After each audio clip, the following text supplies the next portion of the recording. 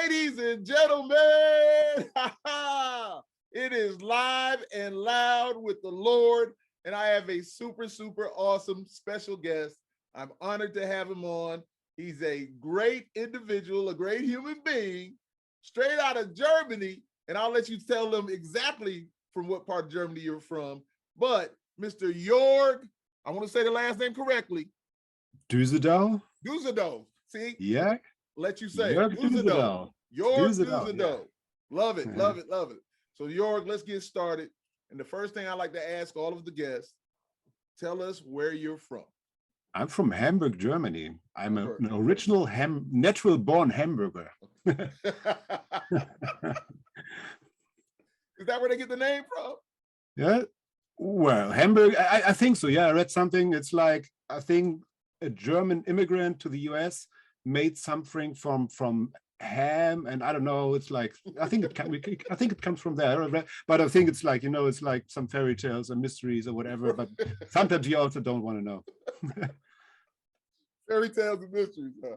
Okay, yeah. Listen. So what is amazing about Hamburg that that people would want to know or might want to visit Hamburg? Oh, if you want to visit Hamburg, I'm sending. We have a special place called Miniature Wonderland. Miniature Wonderland. And kids are playing with like small trains, setting those up, and then you start to build something bigger, and then you maybe fill the whole table. What they are doing, or what they did, they fill the whole house with that. So they have areas with like Scandinavia.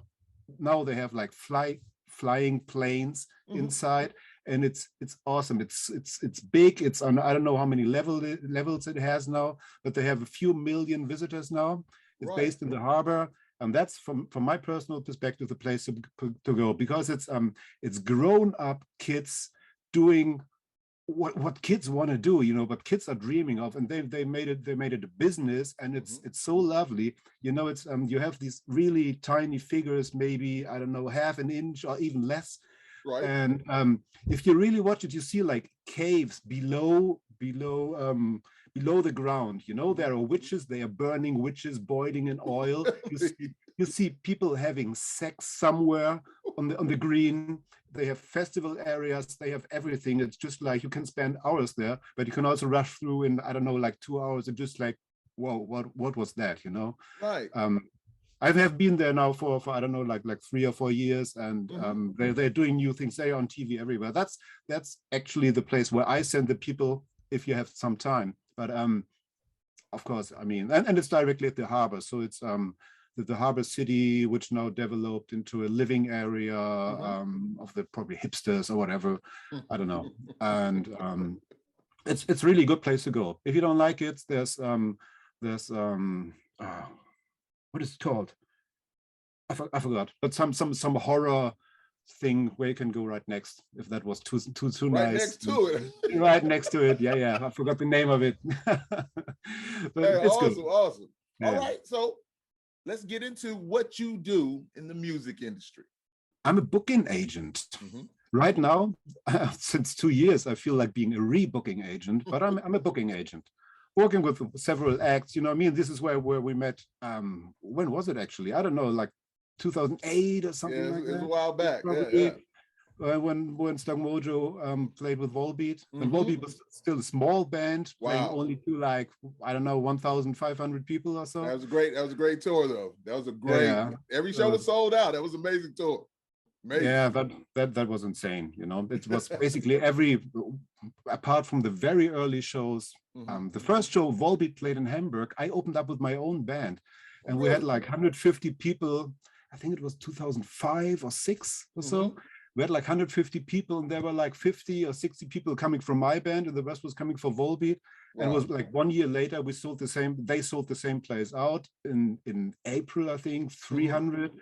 In September, they played the Markthalle to nearly 1,000 people. 2 years later, I think that's when you guys have been on. Right. And the next tour, they played the Sporthalle, which is 7,000, and which was sold out a couple of weeks up front. And that was the last tour I was in charge of, Right. I was the last one of the old team, and Michael always kept telling me, no, I'm always going to work with you. And I told him, no, there will be someone showing you a number on a check which is so large that you'll forget my name immediately. So the new management, first they fired Daniel, the tour manager, right. really close to the band, and still is actually. I mean, we're still in good relation. You know, it's like sending I text talk to him once in a while. Daniel's my dude. Yeah, text message for birthdays. You know, I'm working with a band that Daniel is managing now, but also Michael. You know, it's when Volbeat plays Hamburg, I send a text, hey, I want to come with 4, and he's like, yeah. You know, I go to the check-in and we get like VIP treatment, and I don't know. Michael is they are amazing. Michael and Tu and Jan, of course, you know, the ones that I know, and of course the tech guys that have worked for him also. Rasmus, listen, just all great guys. That tour that we had with them was a tour of learning, seeing how things are run properly in love. It was beautiful. They treated us with the utmost respect. I'm working on texting, emailing back with Michael. I want to get him on this new album that we have, new album that I have coming out. I'm working on him. I asked him about one song. He was just like, I don't know about that one right there because I did a cover of something. But anyway, it's a beautiful thing. And so I wish you good luck. Yeah, my management was like, hey, man, if Michael, I said, I'll ask you, you know, but we'll see. So I sent him some other stuff. I would love to have him on there, but I have another big European that said he's going to be on there. And it's gonna be love. I'm not gonna say who it is, but it's love, and I appreciate it so much. But anyway, so probably if you want Michael on your album, you probably have to sell the soul of your kids and their, I don't know, and your grandkids and whatever, and you have to sign contracts like books, when Michael came, when they were over here a few years ago, you know, they had toured with Metallica. So they were over here and they were doing their own thing. They did their own run. So I took my son up to see them. And we just had a great time, hung out with them for a little bit. And of course, you know, just like say VIP treatment and all that kind of stuff like that. It was just a beautiful time because they are really, really good human beings. They're really good individuals. True. And something that my boy Relentless said is that I always tell people this. He said, you want to just find a good human being. Somebody's just a good human being, because there's a lot of crazy people out there. And I'll say it again, the world is not crazy. It's the people in it. That's a Lord Nelson quote. And that's what I mean. I mean it. People are crazy. So the world has been doing this thing forever. You know, it's handling this business. So, next question. Most of us want to be rock stars. You are more behind the scenes. What drew you to this profession of being a booking agent? How I stumbled into this business? Oh, you stumbled into it. It's like, I mean, when I was a kid, I wanted to play guitar, you know. This is basically how it started. And I remember it was like I think I was maybe 10.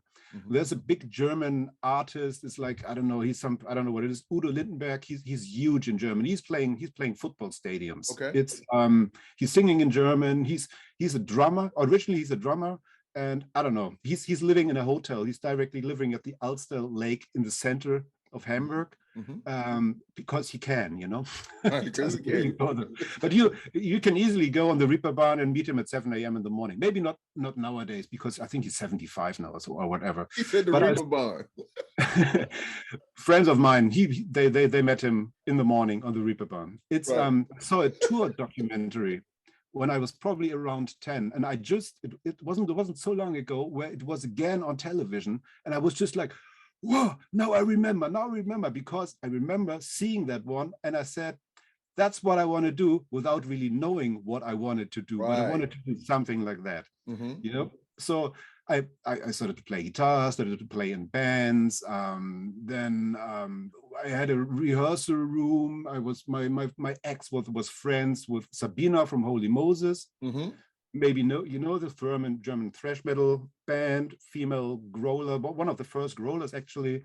And then the Holy Moses drummer Oli called me and said like, hey, I have an audition with Gamma Ray. Gamma Ray is the band from Kai Hansen, who was in Halloween. Okay.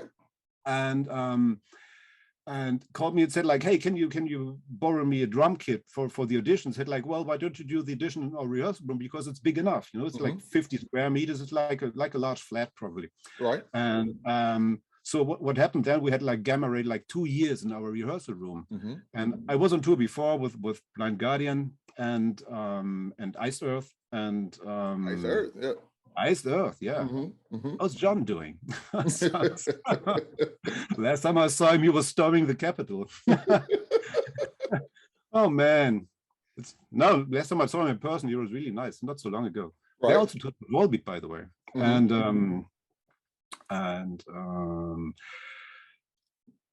now I lost track. That is all we're talking about how you got into. I got into it. I know. I think it's how you get being a booking agent.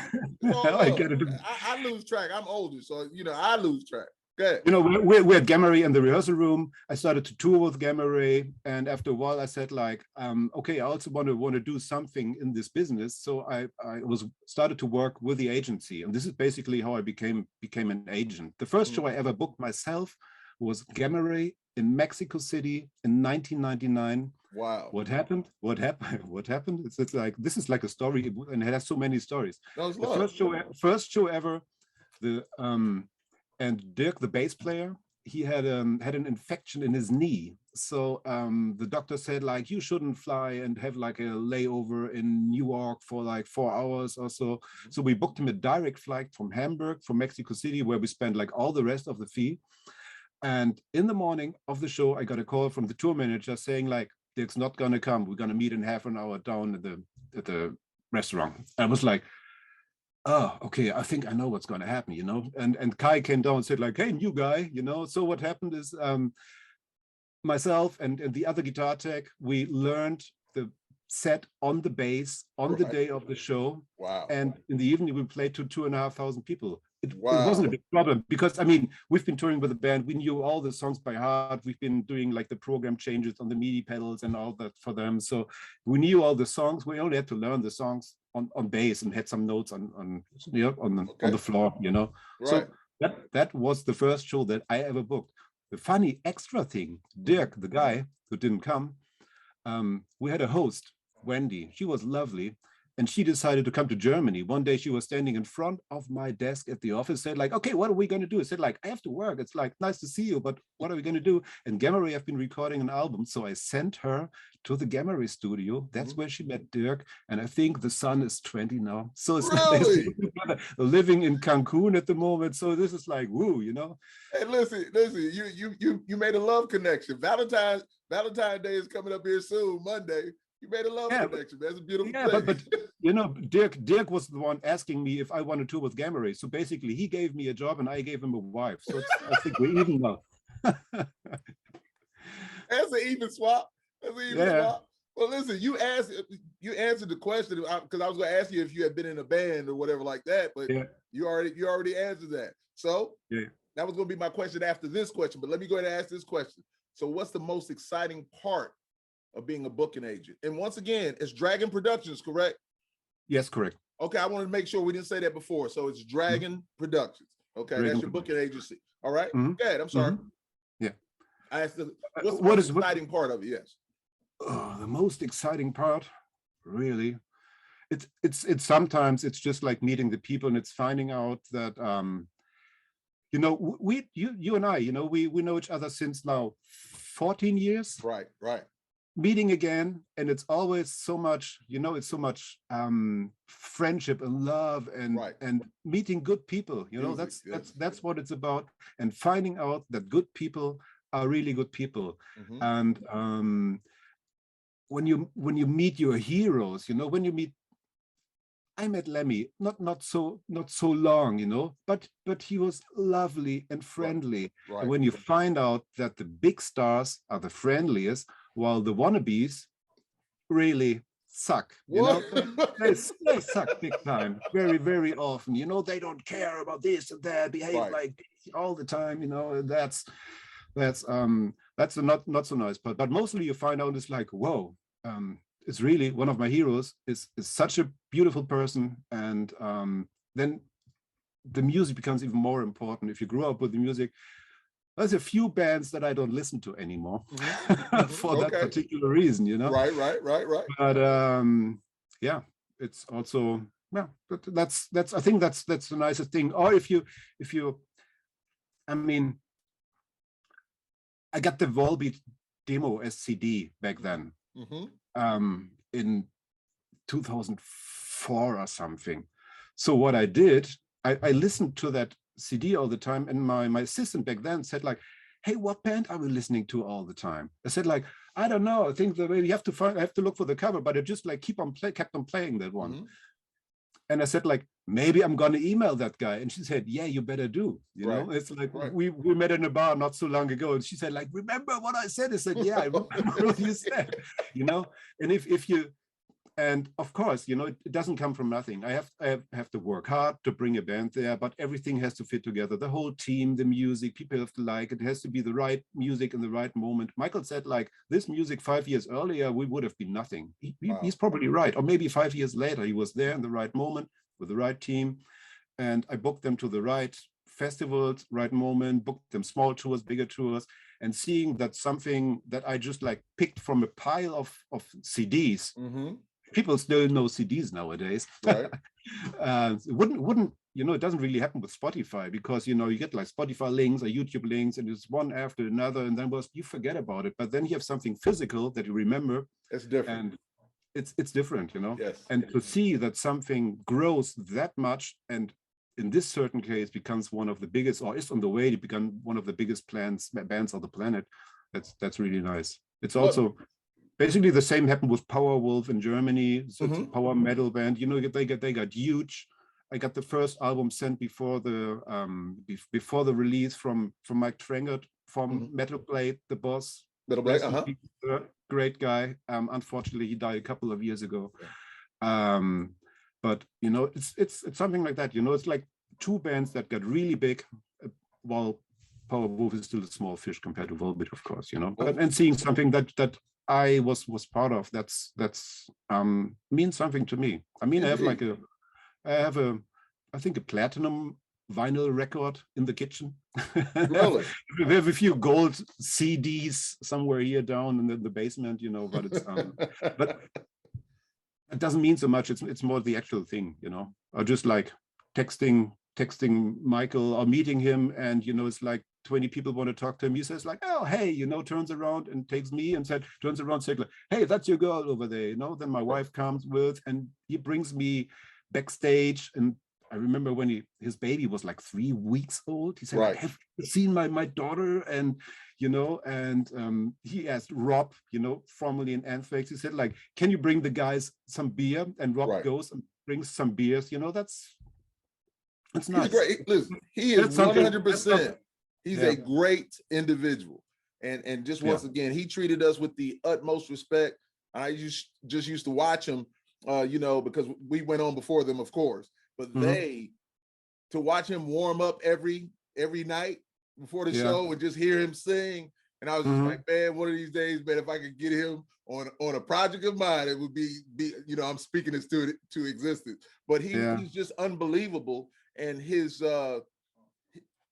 kindness and his love for what he does, it just spreads out there, man. It just embraces you. So he's really a great guy. All of them. Jan also. I just remember the last show that we did in Osnabrück with them. I remember Jan telling us, he was just like, hey man, you guys made us work so hard every night. He said every single night. And you know, the majority of the people were there to see them. You know, Stuck Mojo had their little sect in there, you know, Mojo, it was awesome. But it was Volbeat everywhere we went. But by that third song, we had them. And that's what was so beautiful. By the third song, you know, I'm up there running around, Rich doing his thing. It looks like I want to kill everybody. You know, it's just like, it was just a beautiful moment. We had such a great time. That Volbeat tour was probably the best tour. Now the Ectomorph tour was amazing. That was my first time over in Europe. That was an amazing tour, you know, with Vengeance and Vendetta and Tenside. That was lovely, and a few other bands. But it was great. But Michael and those guys are amazing, man. I'll have nothing but love for them forever, because they're great. They really are. They really are. So it's also, you know, it's also working with people like Michael Schenker and Uli John Roth. I mean, he's a sweetheart. It's like actually it's a sad story, because Uli called me the day after my mother died 2 years ago, and he said, hey, how are you? And I said like, well, not so good. My mother died, you know. And we spoke for 1 hour only about a situation like that, you know. And he was there as a friend for me all the time. At the end of the call, I said like, so what was the reason why you called me? He said like, well, it doesn't matter. We can do that later. I said like, oh no, come on, you know, it's like, I can handle this a bit, you know? Right. So, but that's also something very special for someone like Uli, you know, it's like, you can wake me up at night and I can sing I can't sing. If I could sing his guitar harmonies, probably each one separately, you know? I remember, I mean, I was like 9 when I first heard the Scorpions in trance with Uli on guitar. You know? It was always the song and Uli's song within the song. So working with someone like him is very, very special to me. Yeah. Indeed. Love. All right. So now here's a great question. Other than Stuck Mojo, what band or bands have been the best to book? What's been the best band you've booked? I know you've booked like so many of them, but what has been just something that you were like, hey, I wanted to book them and I booked this band? The band, oh my God. That's a difficult question, really.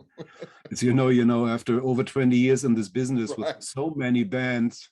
You can give me more than you give me multiples. I think, well, at a certain, I don't want to talk about Volbeat all the time, but at a certain point in time, I started to work in the morning. And what I did, like for the first hour, I just like said no to all the Volbeat requests and picked out those where I thought they could make sense. You know, it's it was basically a business of saying no. And what I hate from other agents, sometimes it's you know, when I promoted a band in Germany and I was talking to the UK agent, they said like, well, we need more, you know, that was basically the job that I did. So it's, but I remember there was a German, they haven't been even 18 when the band started, Hack Night, German death metal band. Okay. They did a couple of albums. And the first album was I think only the drummer was 18, all the rest was younger. I remember it was the same day, and within a few minutes, I confirmed the Volbeat show for, can I say the number? I probably can. It's not a miracle these days. It's more money for them. I think it was 50,000 euros that back then. And I confirmed a Hack Night show for 500 German, 500 euros. Wow. And I remember that I felt much better confirming the Hack Night show because I really had to do something for it. You know, I had to get to the promoter, talk him into getting the band. And that was more success than just like saying more for Volbeat. Right, you know? Right. Didn't really feel, it wasn't the same on the account, but on the bank. But yeah, but you enjoy the work though. And so that's, I like this is actually what I enjoy most, to pick a band, find the talent, have the whole team be part of that and bring the band forward, you know. Okay, so that goes into the next question. When booking bands, what's the criteria for Dragon Productions? Is it about who's going to bring in the most money? Well, you just said like you booked the other one that was smaller. You know, what's the criteria? Because everybody can't just, you're not just going to grab anybody. It has to make sense, as you were saying. Yeah, I have to see the talent, and because I'm an active musician all my life and extremely devoted music listener, I think that I'm quite good at that, you know. I mean, I got the first album from Sabaton back then. The band is insanely huge in that dimension. I personally, for me, my son likes the band, you know. I can't stand the music, not for 5 seconds, you know. It's like, not at all. And it was my Swedish partner sending me the album back then and said like, hey, I remember I sent him Volbeat as well. He said like, yeah, the band is too small, you know. And then he sent me Sabaton and said like, oh, I hate it, you know. He said, you know, but the band's gonna get big. He said, maybe, but not with me, you know, because I'm not behind that. I need my passion to put that into the band. Wow. And what I also have to see, I have to like the something about the band. I don't have to listen to the music all the time, but I have to see the absolute will actually. And this is very hard to find, because many people or many musicians think they want to become rock stars, but they don't want to go don't want to do the dirty job. You know, some are lucky and jump from nothing into a big band. That's okay. I remember Zoli from Ectomorph. They had a guitarist for a while. Thomas? Where the, no, another guy. The guy after that, I can't remember. I think he was in the band for a year or so, and he found out, he thought he wanted to become a rock star, but didn't want to go all the way, you know. And Zoli called me, said like, he left the band. Why? He loves the band. Why did he leave? He said like, he said that's not the life that he expected, and it's something, you know, you have to suffer all the time, and you know, it's nowadays young bands, they expect to jump into the nightliner, party all night, you know, get booze and girls and whatever, and just like don't have to worry about anything.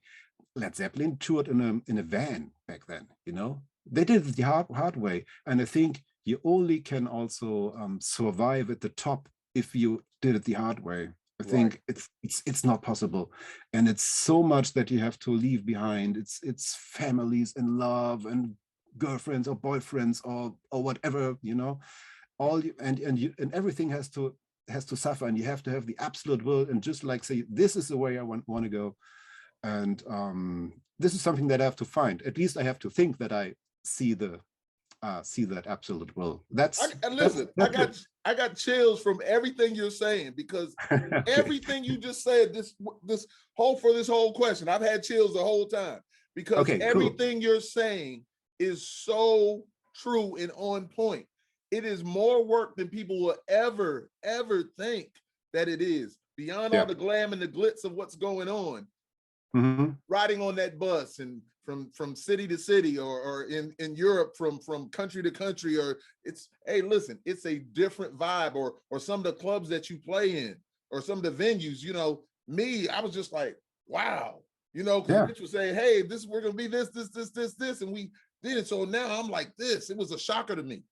Yeah, you know, exactly. It was really my first time out there like that, and I was just like, wow, this is different.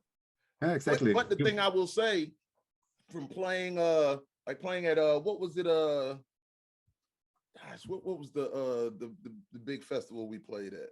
Not the big festival, but the big festival. With Full Force. With Full Force, yeah. Amazing. I'm I'm glad we got on there. Daniel got us on that one. Thank you, Daniel.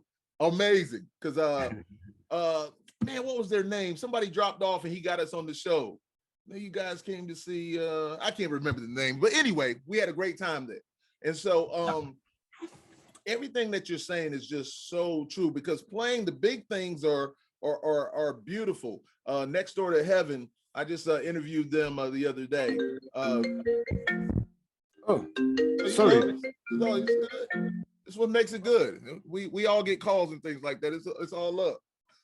So the band Next Door to Heaven, they're here in the States now, and they you know, they're from Russia, and they're doing their thing. I'm trying to remember that now. I got off track too.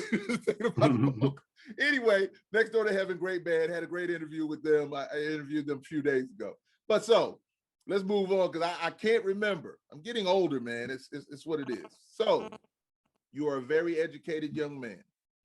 Has any of your education helped you out in your profession? And if so, in what way? No, not at all. Not at all? Not at all. No.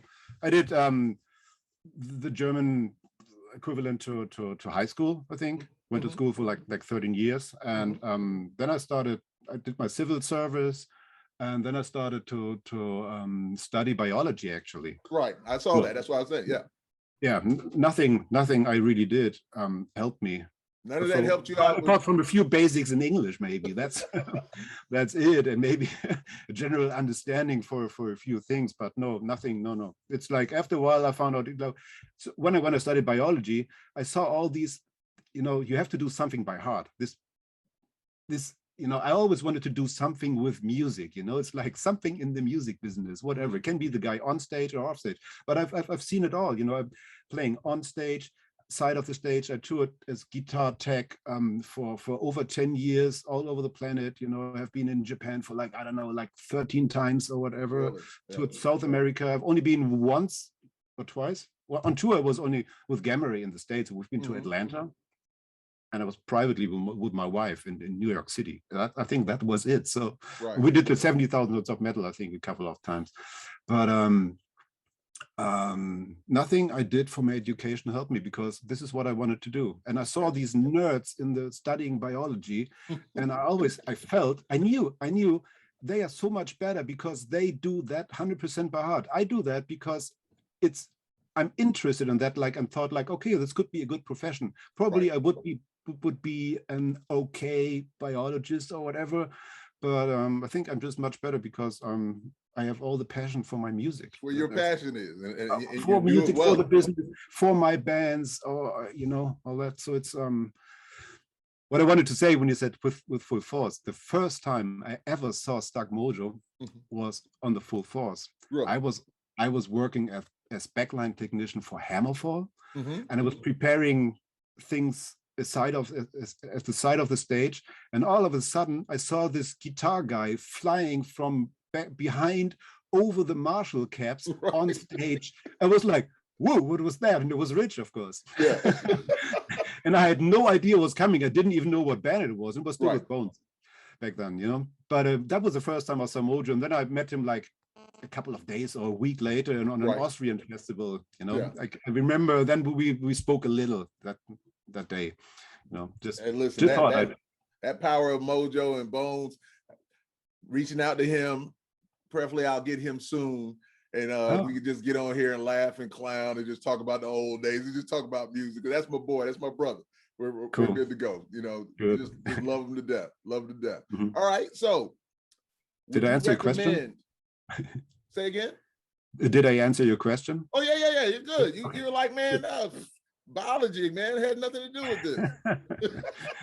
Biology about me and my wife and my children. That's the biology that goes on. Yeah, whatever you do, you have to do it by heart. Otherwise, you're going to be average at best. No. That's all love. Your passion for it. I get it. That's a good answer, though. So, would you recommend your profession to young people wanting to get into the music business? Other than just being, I want to be on stage and be this. Would you recommend, like, hey, be a booking agent, do something like this? I mean, it depends on what you really want. Becoming a booking agent is I don't think you learn that this job exists at school. You don't really have an idea until you hear about booking agents exist. I was just talking to a German promoter 2 days ago, and he said, like, it's always the same 30 people contacting me about tours. It's probably a small word. I have no idea how many booking agents exist, but of course, from the German scene, I think I do know all of them, at least in the metal or hard rock scene. There's more in the pop business and whatever, but in this certain genre, I think I probably know them all, and it's not so many, and it's you need to have the big bands to make real good money. I can make a living. It's I could arrange with my wife together that the bank bought a house for us. It's like another, I don't know, 15 years, and then it's probably if all goes well. Right. But if you want to become rich, then I don't know, we do something else. Invest in I don't know. Start to work in a band. But it's well, then you will also you will also have to live with what you're doing, and I'm happy with my job, it's and it's so much, like this Hack Night example. Sometimes the small deal is, for me personally, more worth than the big deal, because I made something which wasn't there before. I brought a band onto a first level, at least, and I brought another band onto the next level, and meeting the people. That's just, going to a concert. It's like when I go to a concert, I ask my wife, are you coming with me? And she's always asking, is it private or is it business? If it's business, she stays at home. Right. Except if we bring her brother or some friends, or so like, she said, like, okay, I'm going to come, because otherwise she's bored, because I'm just talking business all the time. Right, indeed. But for me, it's not business. For me, this is what I'm doing. This is what I am. It speaks to your passion of it. I mean, when you just said that, you have to be passionate about certain things. And a lot of times I would always tell a lot of people that I know, they were like, well, hey, don't you want to be here? Don't you want to be there? I'm like, yeah, that's fine. I said, definitely. I think anybody who's an artist would want to be at that level. I said, but I enjoy writing. I enjoy making music. I enjoy being on stage. I was like, that's the best part of touring, not the riding around and everything. I mean, because going through all these countries and you see things, but you really don't get time to really enjoy those countries that you're in because you're there and then you're gone. But being on that stage for an hour or whatever time it is that you're on stage is like the most beautiful thing. And what I was going to say earlier is that you play a big festival, you're not really so in touch with the people, because they're out there and, your sets aren't as long. But when you play a more intimate club, you get to touch the people and talk to the people. And it's just, I love that. I love to interact with the people. I'm more of a people person. So I love that. I love to have conversation with the people and give them the same love back that they give to me. And that's just who I am. And I've always been that person. So, speaks to your passion about what you're doing. That's awesome. Yeah, okay. Exactly. I was going to a last question, but I got another question. I wanted to ask, what's the best festival overseas? And then I got another one after that, though. What's the best festival? You mean in Europe? In Europe.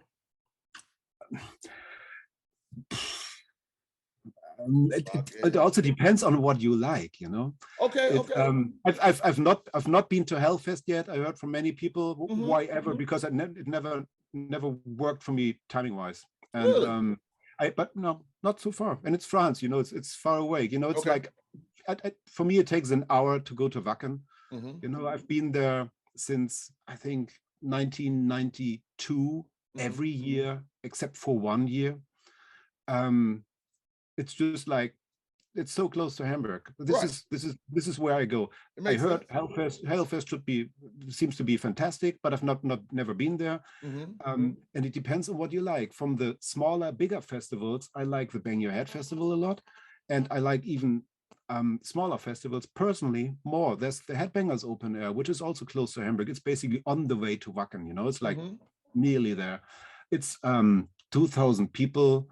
It's a small stage. They have them. They have what every festival has. It's just like the shrinked version, and it's mainly old school metal bands. This is where I'm coming from, and it's like it's like going into my past when I was younger. It's like you leave the car and it's like I meet all the old friends from back then that I never meet anywhere again, because we are all so old and they don't go anywhere, but they go there, and this is where I like to be. I remember I'm probably one of the biggest Iron Maiden fans on the planet. Okay. And I left during a Maiden show in Wacken.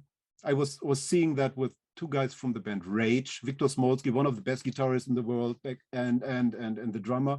And they said they have to leave. My beer was empty and I had to take a piss. So it's like I was standing basically on my toes to see my favorite band. And actually I was watching the screen and I saw the pictures in a delay to the sound that I heard. And I was like, this is not, it's no fun. I was standing somewhere in the middle of I don't know, 75,000 people. It's, I don't know, it's like I'm blessed that I can go backstage or at least VIP, and I want to have bands, I can even go to the artist area. But as a fan, that's a tough week, man. Really, if you sleep in a tent and it's raining and it's all that. And I slept there. I slept in the VIP camping area for like 2 or 3 nights in a row. And it was good, because I didn't have to go like 1 hour back to Hamburg and 1 hour back in the morning. You can shower there. That's all okay. But it's, if you stay there for like a week, like the fans do, they have my full respect, because that's what metal is. I mean, this is what I'm doing. It's not metal anymore, but what they're doing, that's metal, Well, it's I don't want to stop you because you still haven't told me. So you saying that Wacken is your favorite, or Wacken's the best one? To me personally, I think Headbangers Open Air, because it's like, Headbangers Open Air, it takes an hour to go there. It's small. That's what you said. Okay, I apologize. And I don't get, I don't know, what is it, claustrophobic within thousands of people. Yeah. And wherever I stand, I can see the band. I'm close to the stage. It doesn't really matter. And it's never so full that you cannot go into the front of the stage. You can always see the band from the first row. and you know, and then the next band comes, another one takes the first row. And in Wacken, you know, you have bands, people standing there in the first row the whole day waiting for the headliner. It's like, ooh. Yeah. So that's well, you know, we did the Reload Festival, which was great. Even though when Germany won the World Cup, everybody left, right? So they pushed the shows back because everybody left right when we were supposed to go on. They were like, oh, everybody's gonna leave because they were playing in the World Cup, in which you guys did win. And so it was just like, holy catastrophe, what are we gonna do? They're like, no, we're gonna push it back. So when we came back to do the show, everybody was just coming back. And so they were filtering back in when we went on stage. And then Hell Driver was after us. Excuse me, Devil Driver was after us. And so, you know, stayed and watched their show, which was amazing. But it was like, it was so crazy. But Reload Festival was amazing. Met a lot of great people there. The Ear Mit Spec Festival, out of Bacon and Eggs Festival, out of all I don't know if you've been there before. No. But all of the festivals that I've been to, or the festivals that we've been a part of with Stuck Mojo, that was my very favorite. I didn't want to get off stage. It was so amazing. We had the greatest time. It just I Spec, you mean? Yeah, okay. Yeah, the Ear Mit Spec. I never want to get off that stage. It was just best. It was like the weather was the greatest. I felt good. I had the most energy, and we just had a ball at that show. And I just remember one of the guys pulled me aside toward the end of, you know, our night, and he said, "You guys saved this festival." I was like, "What?" He said, "You guys saved this festival. That was the best time that we've had." See, stuff like that means a lot to me. And I'm just, you know, I'm just in the moment. I'm just enjoying what's going on. You know, I'm not thinking too far ahead. I'm not thinking behind. I'm just right there enjoying the moment that I'm in. I'm just, and you know, I was just thankful grateful. I took a picture with him, and hey, man, it's all love. So I love those kind of things. So now, that's priceless. I mean, this is actually that's the reason to be in this business, to experience something like that. Yes, you know, indeed. if you just stay at home, don't go to the festivals, don't meet the people, you can do any job. You know, it's just a job. At the end of the day, it's an office job.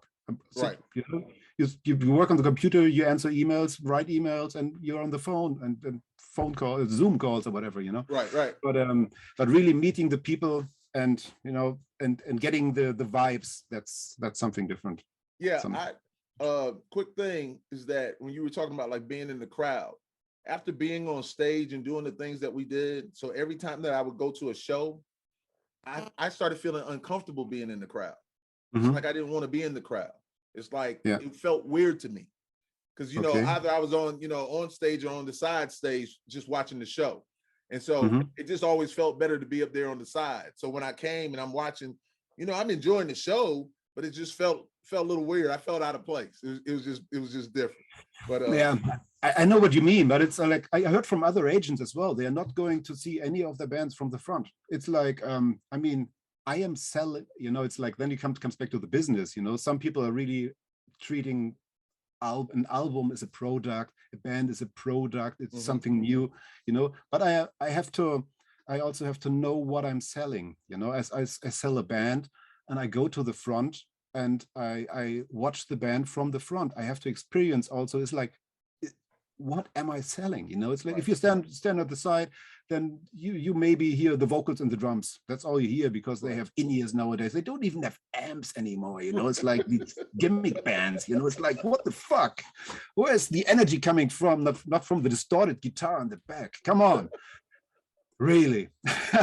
Well, it's you know, it sounds like shit being aside of the stage most of the time. People say like, oh, that's why no, you don't want to be here because it sounds like shit. We don't want to be down there in the mud, maybe, but I go down in the mud to see what it's like to be there, and to see the band that I sold, if the band is delivering, you know.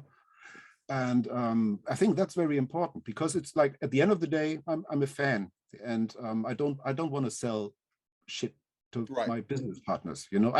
There's been bands where I thought like, okay, it's like they can't deliver. They are good on the album, but they're not good on stage. Right. And vice versa. You don't have to be the biggest artist. You don't have to be the best drummer, best guitarist.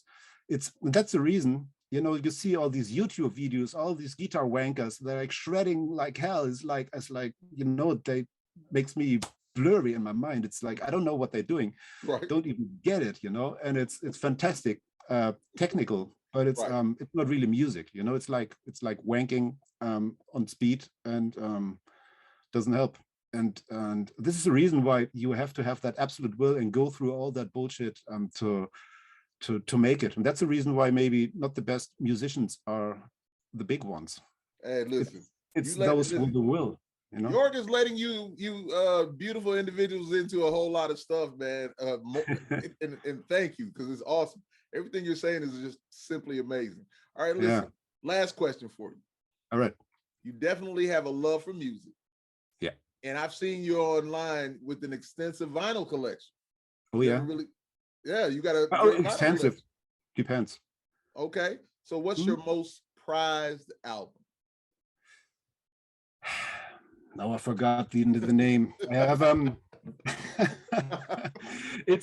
it's actually a German krautrock band, and the guitarist was later on in Nena, you know, 99 Red Balloons. Yeah. He was in that band.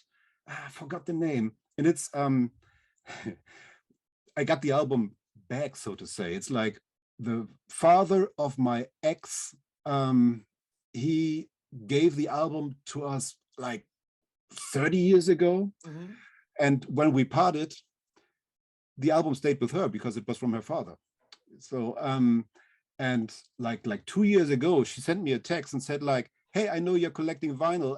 I want to get rid of all my physical stuff. It's like, I just like, you know, we've been in the band together, mm-hmm. and I just like keep a few. It's like, you can have all the rest. And it was like 100 or so. And I was like hoping, it's like, is that one still in there? I have to look for the name.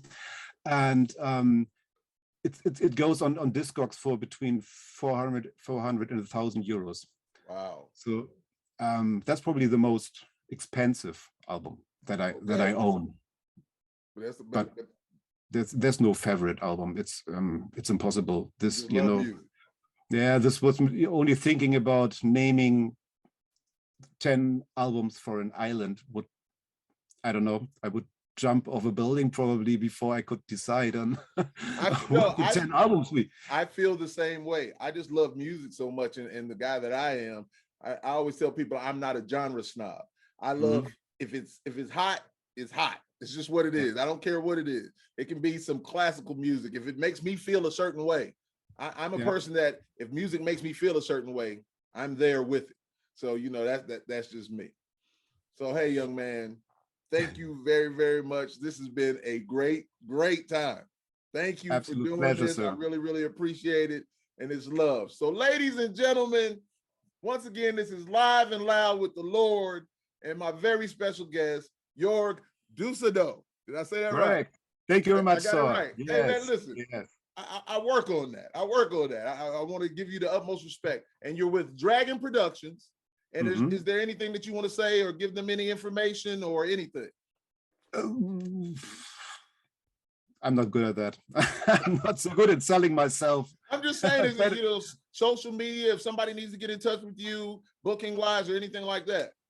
Well, if you're a band and you want to be booked, you should know that you have like maybe 3 seconds. You send an email to an agent, and if the email sucks, it's closed and delete it or sort it away before you know, it's like, I can see over the years, I can see within a few seconds, I can see if you know, if I have to explain someone completely how the business is running, it's already too late, you know. Wow. It's like, it has to be more than that. It's like the picture has to be right, you know. It's like, don't send me a message on Facebook. Facebook is okay, but it's more my personal account, right? You know, right, it's if bands send me on my personal account, send me like, hey, you want to listen to that video? Check that video. Just like, you know, open, close. It's like, I don't ever check that, you know. If you send an email, can I send you an EPK? It's like,